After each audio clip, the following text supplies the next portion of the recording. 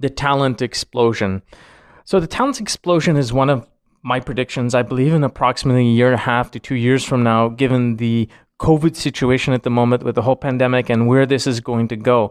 So if you've been on some of my talks in the past or some of the other materials I've created in relation to some of the trends and what's happening in the future, I genuinely believe that there's going to be massive growth at the end of this pandemic. The problem is how long this pandemic is going to take and the consequences and the implications of it.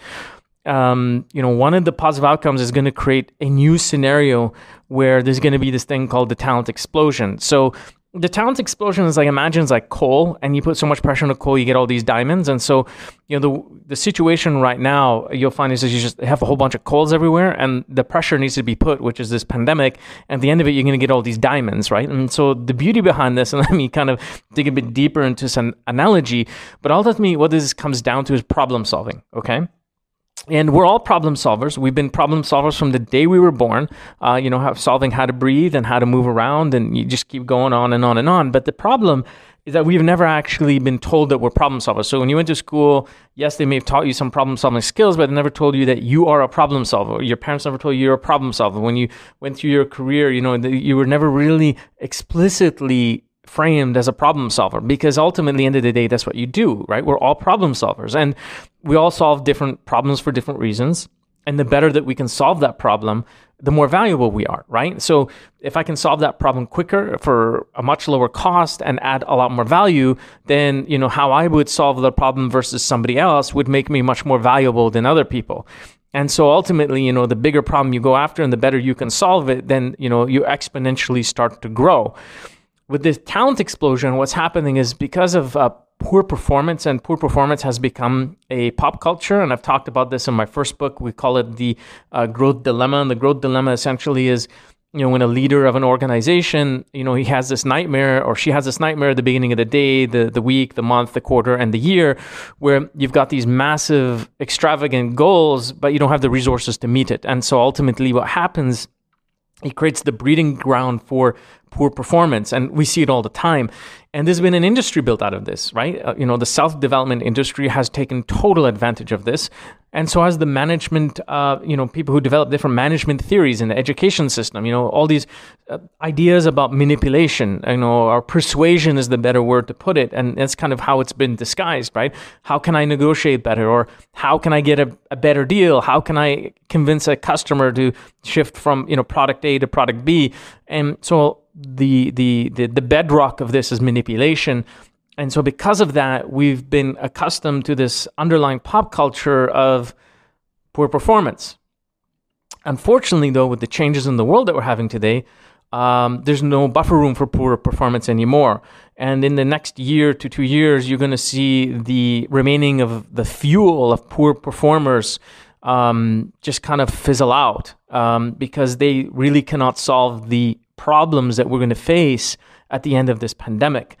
And that's going to require a very unique set of skills. People who have a cross-section of different functional skills, people who have very different perspectives. You're going to find people who traditionally didn't adhere to the status quo would be those who would be solving some of the really big problems that are about to come.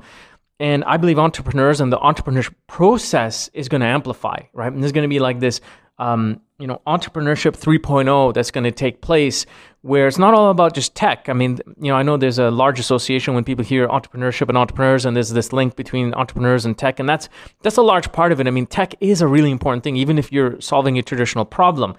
But ultimately, it's the thinking behind it, right? It's the mindset is what really, really counts. And that's what this is all about.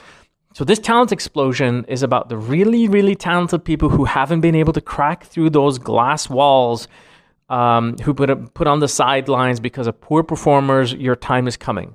The world will need you, and the way that you will be able to implement and use your talent is going to inspire and invigorate an enormous amount of energy that's going to build up among the entrepreneurial community. And the reason I keep emphasizing entrepreneurship is I genuinely believe, the future of the world is entrepreneurship. It isn't about getting jobs and job creation. There's obviously less jobs and they continue to shrink. It's one of the government policy challenges that I've had, and I've spoken to many policymakers.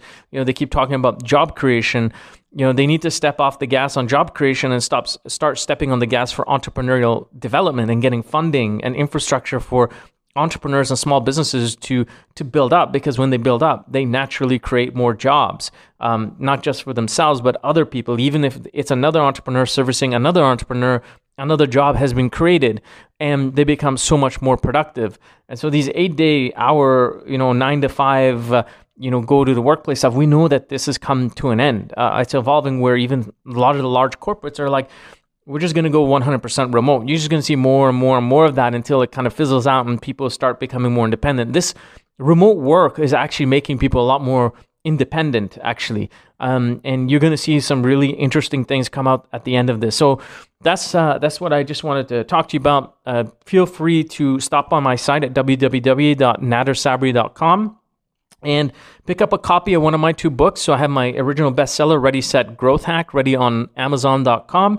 And my newly released book, Growth Thinking, Think Design Growth Hack, a design approach to growth hacking. It's a nice